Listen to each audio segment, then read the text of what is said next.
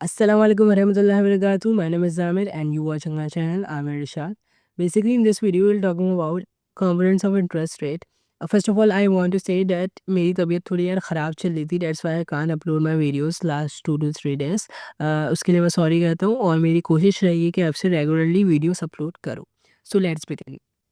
आपने कभी सोचा है कि बैंक आपको कहता है कि इंटरेस्ट रेट 7% है, तो ये 7% आता कहाँ से है?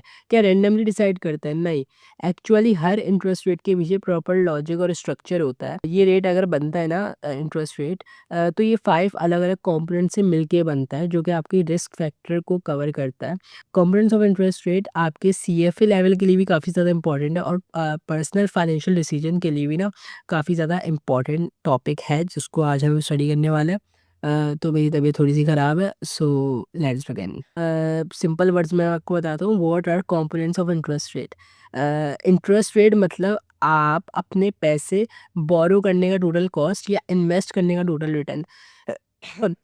ये एक टोटल परसेंटेज होता है जिसमें 5 डिस्टिंक्ट कंपोनेंट्स हैं और हर कंपोनेंट्स हर स्पेसिफिक फैक्टर के लिए कंपनसेशन देता है।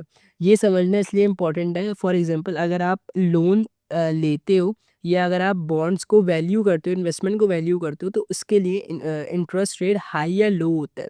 तो ये हाई या लो क्यों होता है? ये इन कंपोनेंट्स के बेस पर डिसाइड होता है कि आपको कितना इंटरेस्ट रेट पे होगा या आपको मिलेगा। तो इसके टोटल 5 कंपोनेंट्स होते हैं, बट इसका एक कोर आइडिया है, ये है कि इंटरेस्ट रेट एक बिल्डिंग ब्लॉक मॉडल है, फॉर एग्ज़ाम्पल जिसके ज़रिए आपकी 5 कंपोनेंट्स ऐड होंगे is equals to your interest rate. तो चलो बढ़ते हैं इसके the 5 components of interest rate पर। नंबर 1 होता है रियल रिस्क फ्री रेट। ये वो रिटर्न है जो आपको मिलता है सबसे सेफेस्ट इन्वेस्टमेंट पे। जैसे यूएस ट्रेजरी बिल हो गया, जिसमें इन्फ्लेशन का कोई इफेक्ट नहीं होता। इस रेट को हम pure time value of money से कनेक्ट करेंगे, बिकॉज ये आपको एज अ रिवॉर्ड मिलता है। यूएस ट्रेजरी बिल आपको अगर 2% येल्ड देता है ना, तो ये आपका 2% येल्ड बिल्कुल रिस्क फ्री माना जाएगा, बिकॉज यूएस गवर्नमेंट को डिफॉल्ट होने का चांस बहुत कम है कि यार वो आपके पैसे लेके भाग जाए, इसका तो कोई चांस ही नहीं बनता। तो ये जो आपका इंटरेस्ट रेट इस पहले आपके पार्ट में ऐड होगा, ये इसको ही कहते हैं हम real risk free rate. Number 2 होता है इन्फ्लेशन प्रीमियम। इन्फ्लेशन प्रीमियम वो एक्स्ट्रा कंपनसेशन है जो आपको मिलता है पैसों की परचेजिंग पावर लॉस होने पे। फॉर एग्जांपल अगर आपके पास आज 100 रुपीज़ है, उसकी वैल्यू कम हो जाएगी next year due to inflation. अगर हर कंट्री का इन्फ्लेशन अलग होता है, अगर आपकी कंट्री का इन्फ्लेशन 3% है, तो जो आपके पास पैसे 100 रुपये हैं, उनकी नेक्स्ट ईयर वैल्यू 97 रुपीज़ हो जाएगी। तो लेंडर इन्फ्लेशन को एडजस्ट करने के लिए 3% एक्स्ट्रा ऐड करता है। अगर आप बॉन्ड है आपके पास, तो उसका रिटर्न आपको इन्फ्लेशन लगा कर मिलेगा, मतलब कि आपका लॉस होने का चांस तो नेगोशिएट हो जाएगा बिल्कुल ही। Number 3 is default risk premium.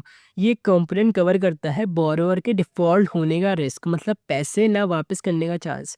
अगर बोरोवर रिस्की है, जैसे एक स्टार्टअप जिसकी इनकम अनसर्टेन है, तो लेंडर इस पे एक्स्ट्रा चार्ज लगाएगा, मान लो 1% या 2%। जबकि अगर हम कंसीडर करें यूएस गवर्नमेंट को, तो उसके ऊपर 0% लगेगा, बिकॉज यूएस गवर्नमेंट का चांस डिफ़ॉल्ट होने का 0% है। बट अगर कोई न्यूली स्टार्टअप है, उसका 1 या 2% आपको आपका डिफ़ॉल्ट रिस्क लगेगा। Number 4 is liquidity premium. Liquidity premium उस रिस्क का कंपोजिशन है जहां एसेट जल्दी बेचना मुश्किल होता है बिना लॉस लिए।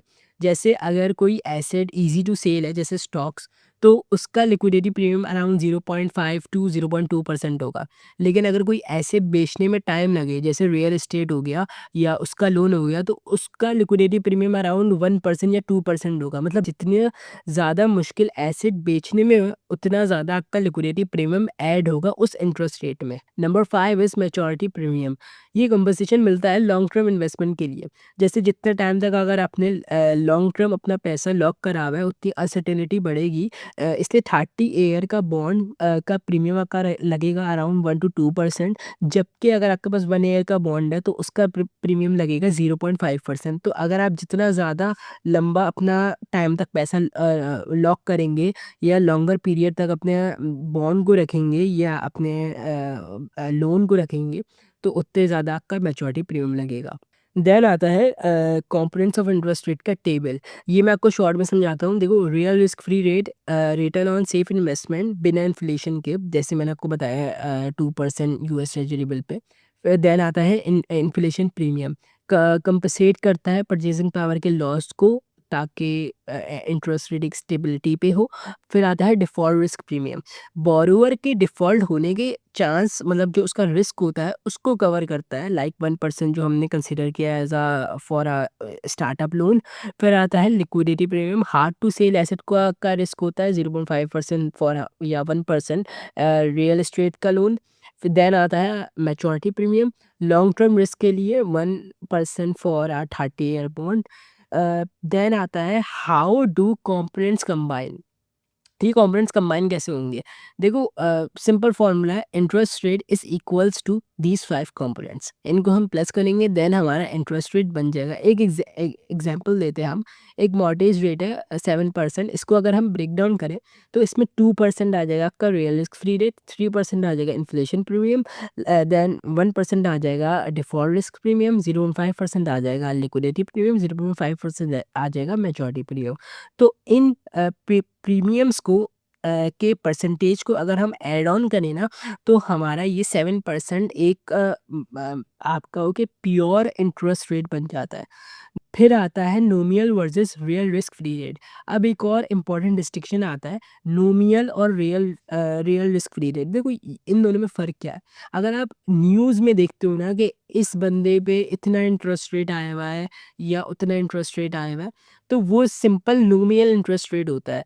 अकॉर्डिंग टू लीगली कि आपको इंटरेस्ट रेट बताना जायज़ नहीं है because of legal authorities. But नोमियल interest rate ऐसे हम फाइंड करेंगे या हम मालूम करेंगे, उसका एक सिंपल फार्मूला होता है कि nominal interest rate is equals to real risk free rate plus inflation premium. इसके अंदर सिर्फ दो प्रीमियम कंसीडर होते हैं, आपका वो दो कंपोनेंट्स कंसीडर होता है। पहला होता है real real risk free rate and दूसरा होता है इन्फ्लेशन प्रीमियम, जो कि बनता है नोमियल रेट।